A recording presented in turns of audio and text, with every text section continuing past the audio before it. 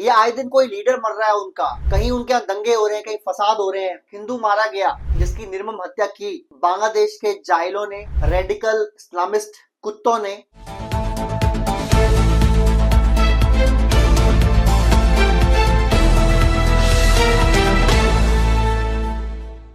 Hello friends, Bangladesh के अंदर ये जो उथल पुथल मची हुई है, ये आए दिन कोई लीडर मर रहा है उनका, कहीं उनके यहाँ दंगे हो रहे हैं, कहीं फसाद हो रहे हैं, कहीं कुछ हो रहा है और उसका ठीकरा घुमा फिरा के वो भारत के ऊपर छोड़ रहे हैं कुछ लोग। तो ये क्या प्लांटेड है ये सारा जो हो रहा है बांग्लादेश में, या ये बाई चांस हो रहा है? इसके ऊपर आज डिटेल बात करेंगे।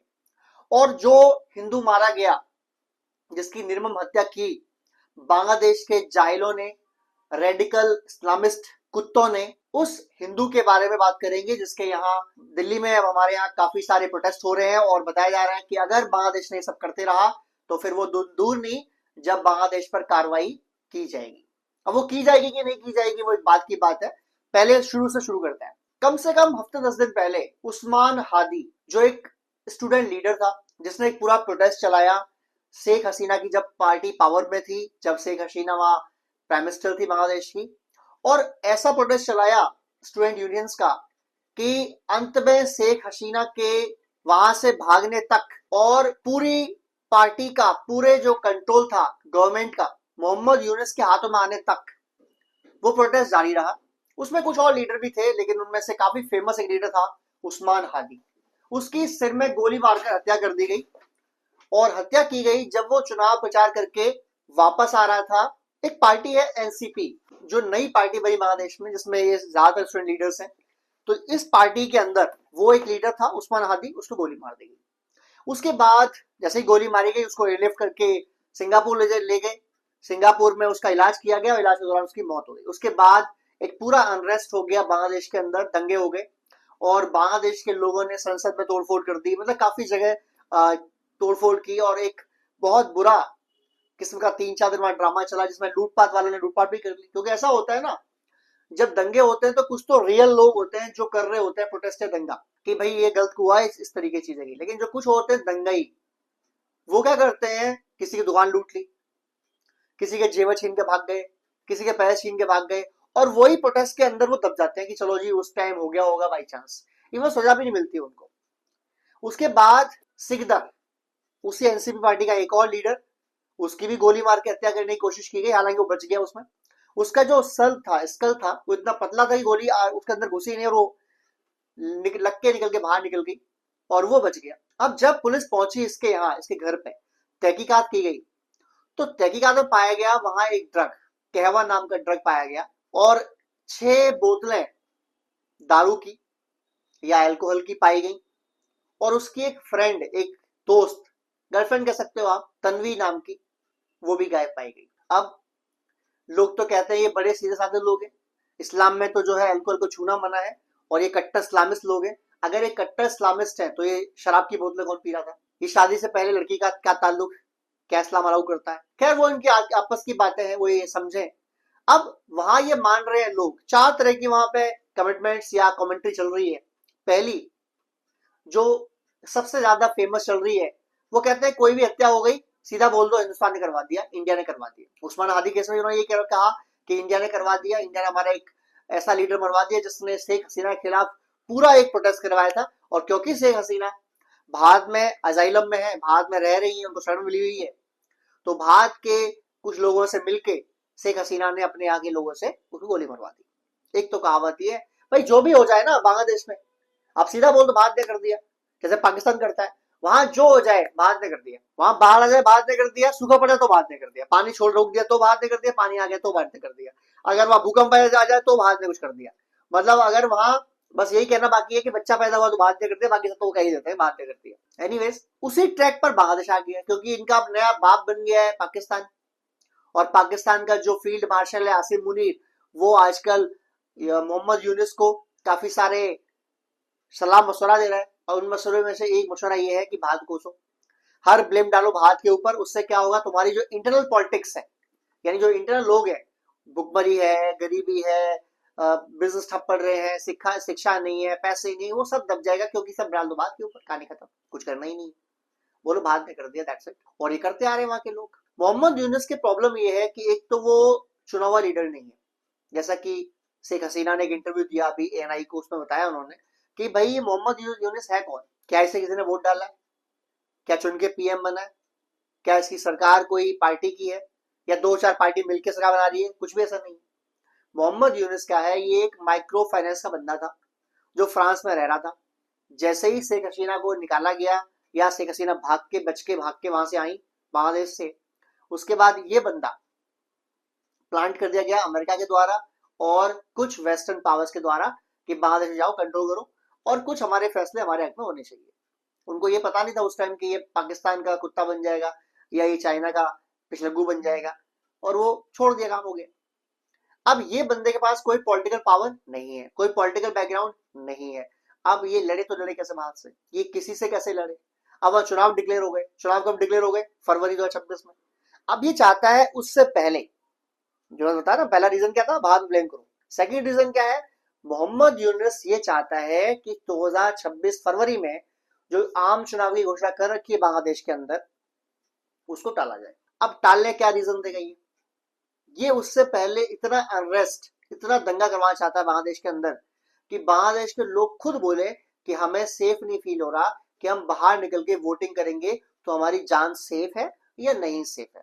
और उसमें ये जो मौतें हो रही हैं एनसीपी के लीडर्स की या और बड़े बड़े लीडर्स की, वो एक तरीके से आप 100 पीस कह सकते हो कि देखो ऐसे ये लीडर मर सकते हैं तो हमारे तो क्या ही औकात है। तो ये चुनाव कह दे कि ठीक है 2026 फरवरी चुनाव अब हो नहीं सकते, तो अब चुनाव होंगे 2027 में। 2025 में आया था ऐसे लीडर, ये 25 से 26 एक साल हो गई, 26-27 और एक साल निकालना चाहता है, ये ऐसे ऐसे करना राज्य चाहता है करना। और इसकी डिक्टेशन जो आ रही है पीछे से, वो आ रही है पाकिस्तान की आईएसआई से, पाकिस्तान के फील्ड मार्शल से, और पाकिस्तान के आर्मी चीफ, एक ही बंदा है आसिम मुनीर, उसके थ्रू। तीसरी एक कहावत और भी है वहां पर बांग्लादेश के अंदर, मोहम्मद यूनुस चाहता है कि चुनाव रुकवाने की घोषणा भी ना करेंगे। ऐसे वहां पर रेडिकलाइज लोग हैं, जैसे पाकिस्तान में ना हिजबुल मुजाहिदीन, लश्कर तैयबा, ऐसे ही कुछ संगठन, कुछ हरामी टाइप के लोग बांग्लादेश में भी है। उन बांग्लादेशियों को आईएसआई की तरफ से ये सूचना मिल गई है कि आप एक काम करें, आप इतना रेडिकलाइज करें, इतना पोलराइज करें लोगों को कि हिंदुओं की निर्मम हत्या करना शुरू करें। जैसे लास्ट ईयर हुआ था, इतना ज्यादा हो गया था कि खुद डोनाल्ड ट्रम्प ने बोल दिया था कि हिंदू बहुत ज्यादा मारे जा रहे हैं और ये बिल्कुल ठीक चीज नहीं है और मोदी जी इसको ध्यान रखेंगे, तो वो कुछ टाइम बंद हो गया था। अब लेटेस्ट फिर शुरू कर दिया गया। अब होता क्या है कि जब हिंदुओं की हत्याएं होंगी, जब उस जो अभी बताया था दीपू चंद्र दास, ये दीपू चंद्र दास ने के ऊपर ये इल्जाम था कि उसने ईश निंदा करी, यानी उसने मोहम्मद साहब के बारे में, पैगंबर मोहम्मद के बारे में कुछ गलत वर्ड बोले, कुछ गलत शब्द बोले। बोले कि नहीं बोले इससे कोई सबूत नहीं है, बस पे इल्जाम लगाया कि बोले।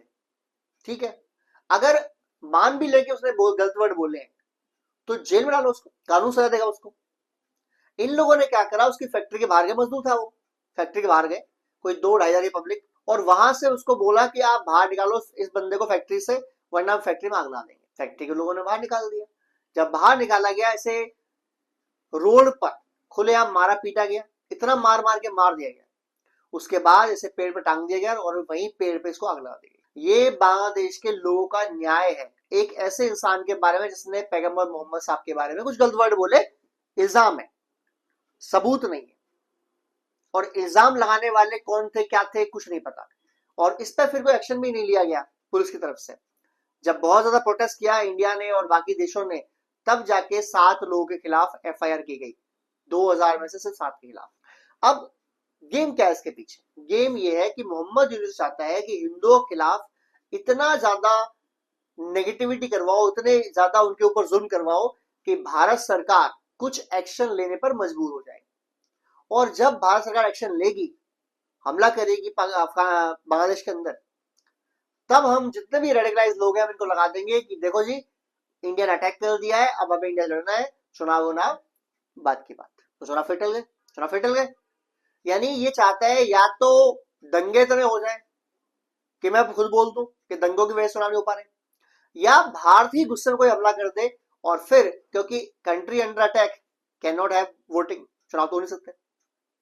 इसको बंदे को हर हाल में चाहिए पावर, और ये पावर फैलाने के लिए, पावर गेम करने के लिए ये बांग्लादेश के लोगों को मार रहा है, हिंदू हमले करवा रहा है, ये जो कुछ कर पा रहा है सब कर पा रहा है। और चौथी और अंतिम चीज, पाकिस्तान, चाइना और थोड़ा बहुत बैकिंग अमेरिका, ये तीनों चाहते हैं कि भारत के अंदर अनरेस्ट कराएं, भारत में बांग्लादेश के थ्रू आतंकवादी घुसवाएं, और उसके बाद बांग्लादेश ईस्ट साइड से, पाकिस्तान वेस्ट साइड से और चाइना नॉर्थ साइड से, तीनों साइड से भारत को घेर के लड़ाई करने की कोशिश करें।